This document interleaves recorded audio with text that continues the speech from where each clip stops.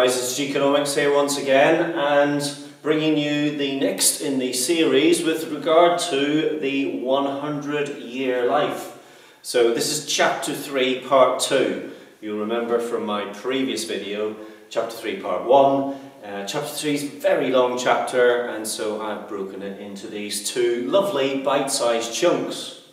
So the really interesting feature about the sort of second half of Chapter 3 is that our authors, Linda and Andrew, go into this phrase, very interesting little phrase, which you may wish to include in some of your essay writing when we get to labour markets in the future, talking about the hollowing out of work, the hollowing out of work. And this is all to do with whether or not, as robotics and automation takes hold in the future, will there actually be any jobs left for the likes of you and I to do, or is it the case that robotics will come to be the substitute for all manner of labour, regardless of what particular sector you are working in? And the authors then analyse this in a little bit more detail, and it's that detail that I just want to take you through today. So the question is, are machines a substitute for labour? Well, it is certainly the case nowadays, more and more, that machines are becoming substitutes for unskilled labour. So those tasks which are very routine and for which you can program robots to do those tasks on a routine basis, then yes, it is the case that capital is becoming a substitute for labour. However, think about the very high-tech industries where we do need an individual, a human being. We still need a human being.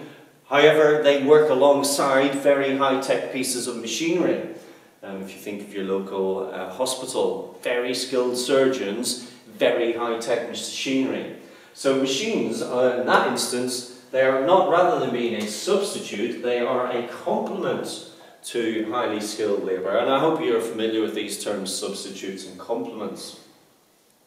Now, because of this, and because we have more and more high-skilled labour developing alongside technology, then that means, as a consequence of that, that the demand for the services produced by the low-skilled labour is exacerbated because the demand goes up. Lots of high-skilled sectors then demanding things from the low-level sectors, and as a consequence, this exacerbates the hollowing out effect in the labour market.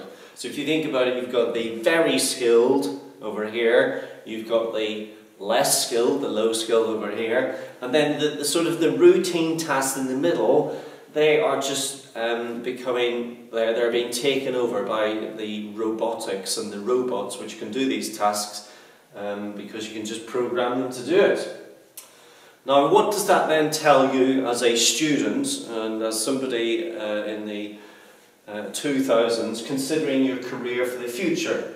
What can't be done by a robot yet? Because when you're thinking about a job for the future, you need to think to yourself, for job security's sake, well, I need to be going into a job whereby it will be difficult, perhaps nigh on impossible, for a robot to ever take my place.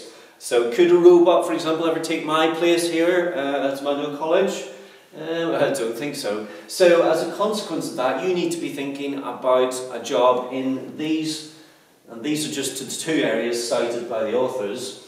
So if you're involved in complex problem solving, well, if there's complex problem solving, robotics still hasn't reached the stage where they can think like a human being, although that's coming ever closer and closer. And then also things to do with perception and having that sense of perception and things where mobility is important, because obviously robots nowadays, they still cannot move with the same fluidity as an individual, as a human being, as I said. So think about those types of areas when you're considering your career for the future. The other thing to think about, ladies and gentlemen, and I hope you can see this, I'm not sure if we're in shot here, but with regard to job vacancies and demographics. Now, what the authors go on to explain here is that replacement labour, certainly in the UK in the next decade, replacement labour will be more highly sought after and more highly demanded, remembering that labour is a derived demand. Remember that term? We just looked at that yesterday, actually, didn't we, sixth form? Rather than expansionary. In other words, it's not the fact that more people will be employed because of a growth in the economy, which increases the demand for labour. Rather, it is the fact that replacement labour is required. So in other words, people will be retiring, and perhaps retiring that little bit earlier at the moment, and as a consequence, you young people will be required to fill their shoes. Now, given the demographics and the declining birth rate in the country, then perhaps the authors suggest we should actually be grateful to robots, because with all these people retiring, if it weren't for robots, then there wouldn't be enough people to fill the shoes of the people who are retiring. Think on that. And then finally, ladies and gentlemen, let's also not think of technological advancement as our enemy. Let us think of it, ladies and gentlemen, perhaps as our friend.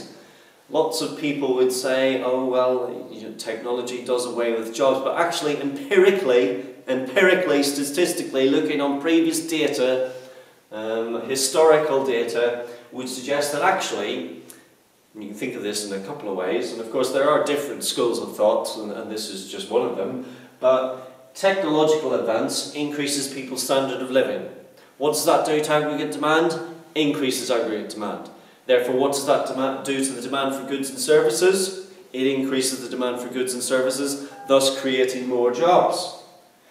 Think also about the productivity gains as a consequence of improvements in technology.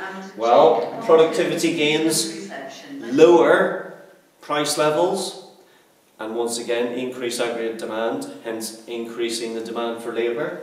So let's not think of technological advance as our enemy. But of course, as with all of these things, it is the case that there will be certain groups in society who will need to be protected because they will be vulnerable to these changes, and so it is up to the government to step in and to protect the vulnerable. So, ladies and gentlemen, that's a very timely end to chapter 3, and I look forward to bringing you the remaining chapters of the 100-year life next week. Bye for now.